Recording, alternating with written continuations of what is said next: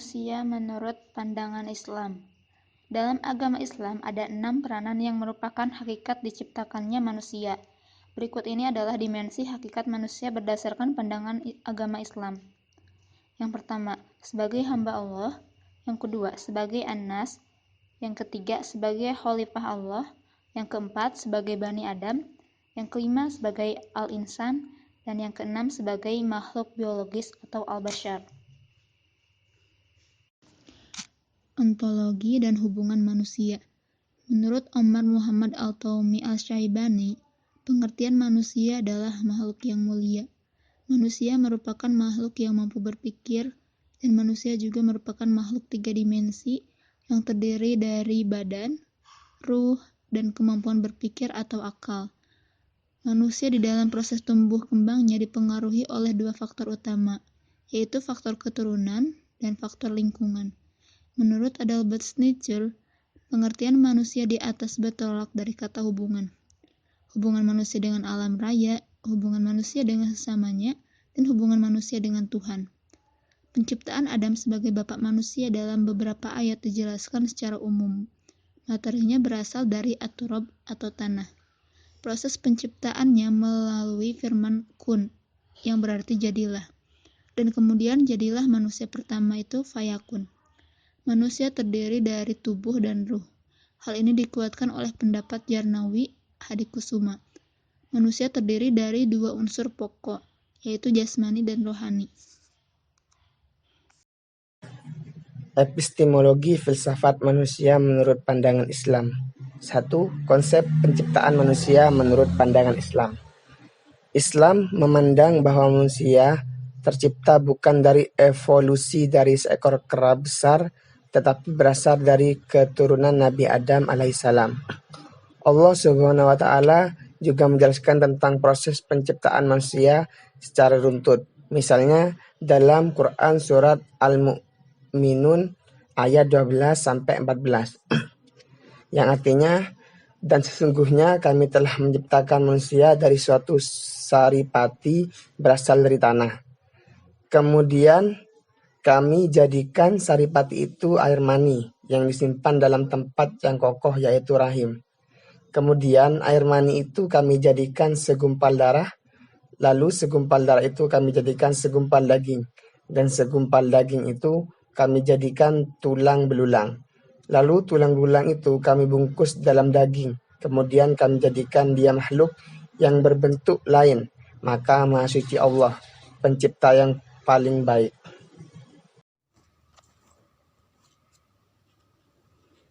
Jalan memahami diri manusia. Pensucian jiwa. Pensucian jiwa adalah masalah yang sangat penting dalam Islam. Bahkan merupakan salah satu tujuan utama diutusnya Nabi kita Muhammad SAW. Dalam kitab Manhajul Anbiya fi Tazkiyatin Nufus halaman 21. Allah Subhanahu wa Ta'ala menjelaskan halaman ini dalam banyak ayat Al-Quran. Di antaranya firman Allah Subhanahu wa Ta'ala, sebagaimana kami telah mengutus kepadamu seorang rasul di antara kamu yang membacakan ayat-ayat kami kepadamu dan menyucikan dirimu dan mengajarkan kepadamu Alkitab, Al-Quran, dan Al-Hikmah As-Sunnah, serta mengajarkan kepadamu apa yang belum kamu ketahui. Allah berfirman dalam Quran surat Al-Baqarah ayat 151. Dan jiwa serta penyempurnaan ciptaannya, maka Allah mengilhamkan kepada jiwa itu jalan kefasikan dan ketakwaannya. Sungguh beruntunglah orang yang menyucikan jiwa itu dan merugilah orang-orang yang telah mengotorinya.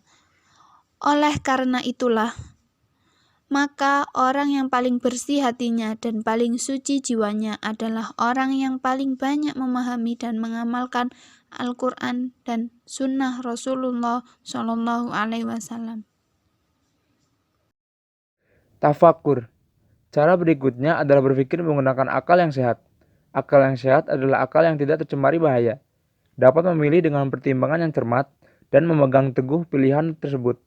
Manusia yang mengerti atau pintar akan berusaha menjaga akal agar tetap memperoleh kesempurnaan dan dapat memahami dirinya. Cara menjaga akal tersebut dengan pertama yaitu jika memilih suatu perkara dengan rasa cinta dan kasih sayang atau kebijaksanaan. Kedua, berusaha dengan sungguh-sungguh. Ketiga, memilih sesuatu dengan jelas. Keempat, niat baik dalam menetapkan dan peneguhan pilihan yang dicarinya. Kelima, memelihara amanah yang telah diperolehnya. Dan yang keenam, menempatkan sesuatu pada tempatnya. Aksiologi filsafat manusia menurut pandangan Islam. Yang pertama, nilai-nilai humanitas menurut pandangan Islam. Nilai humanitas dalam Islam adalah pokok ajaran muamalah, yaitu hubungan manusia dengan manusia. Dalam surat Al-Qasas dijelaskan, ada anjuran untuk berbuat baik kepada orang lain. Dan dalam surat Al-Hujurat juga dijelaskan, sesungguhnya orang-orang mukmin itu bersaudara. Oleh karena itu, damaikanlah antara kedua saudaramu, dan bertakwalah kepada Allah agar kamu mendapat rahmat. Dalam ayat tersebut dijelaskan, membimbing umat manusia agar menjalin persaudaraan terhadap sesamanya. Saling berpesan mengenai kebenaran, ketabahan, dan kesabaran. Dalam beberapa wasiat Nabi Muhammad SAW, banyak sekali dipesankan agar umat manusia menjalin persaudaraan dengan sesamanya. Nabi Muhammad SAW juga bersabda, engkau jumpai orang-orang yang beriman dalam hal saling mengasihi, saling mencintai, dan berbaik hati antara mereka bagaikan tubuh yang satu. Hadis riwayat muttafaq alaih. Nilai-nilai yang dikembangkan adalah persatuan, amanah, keterbukaan, propertis humanis, tanggung jawab, dan nilai religiusitas. Yang kedua, kualitas manusia menurut pandangan Islam. Karakteristik manusia berkualitas menurut Al-Quran yakni sebagai berikut. Yang pertama, manusia sebagai takwa dan beriman. Surat Al-Hujurat ayat 13. Yang kedua, manusia sebagai makhluk beriman. Dalam surat Al-Hujurat ayat 14.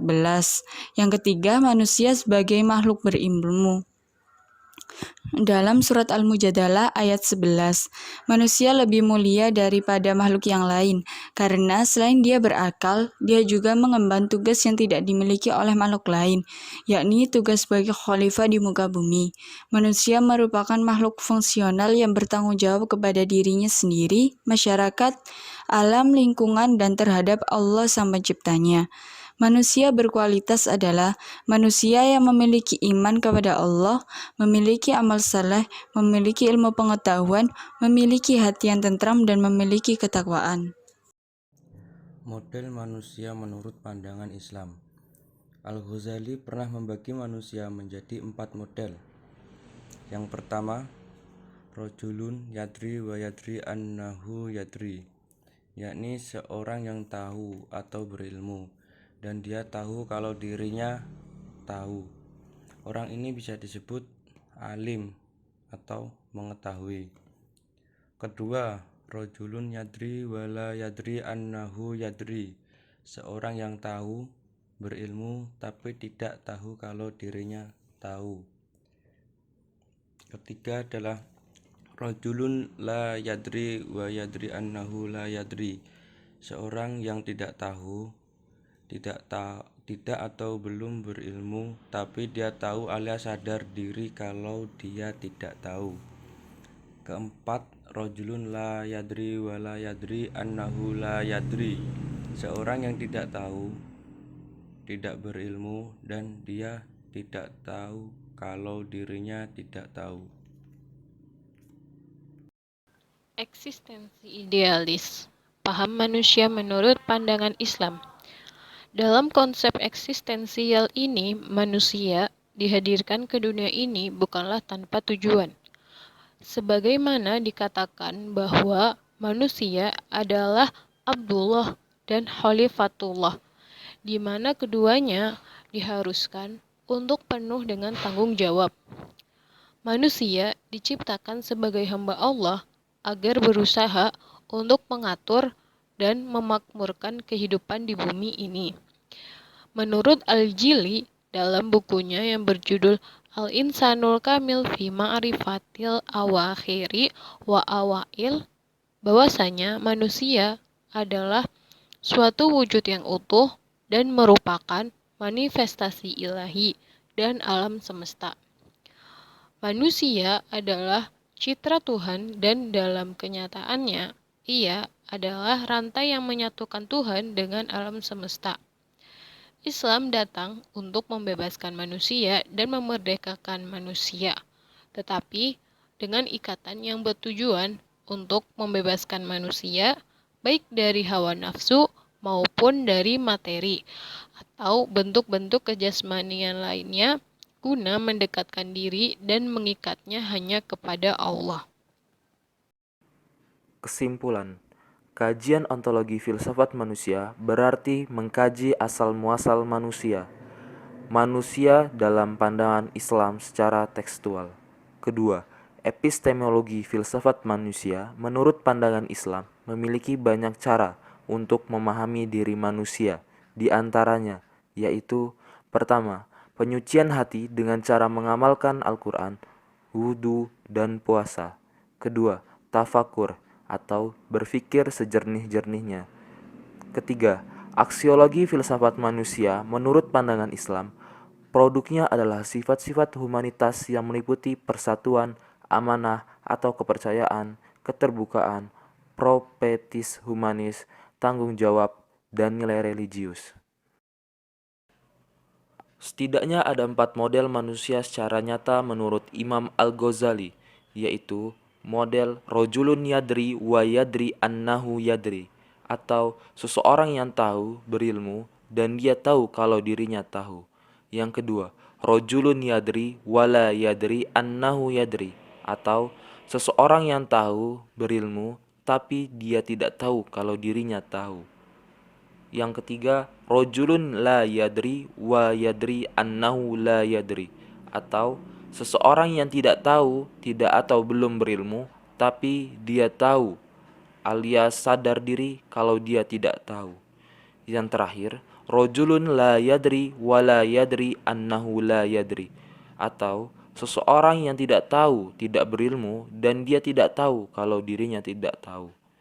Paham atau aliran filsafat manusia dalam pandangan Islam adalah eksistensialis idealis. Singkatnya, manusia dihadirkan ke dunia ini bukanlah tanpa tujuan. Sebagaimana dikatakan bahwa manusia adalah sebagai Abdullah dan Khalifatullah, di mana keduanya diharuskan untuk penuh dengan tanggung jawab.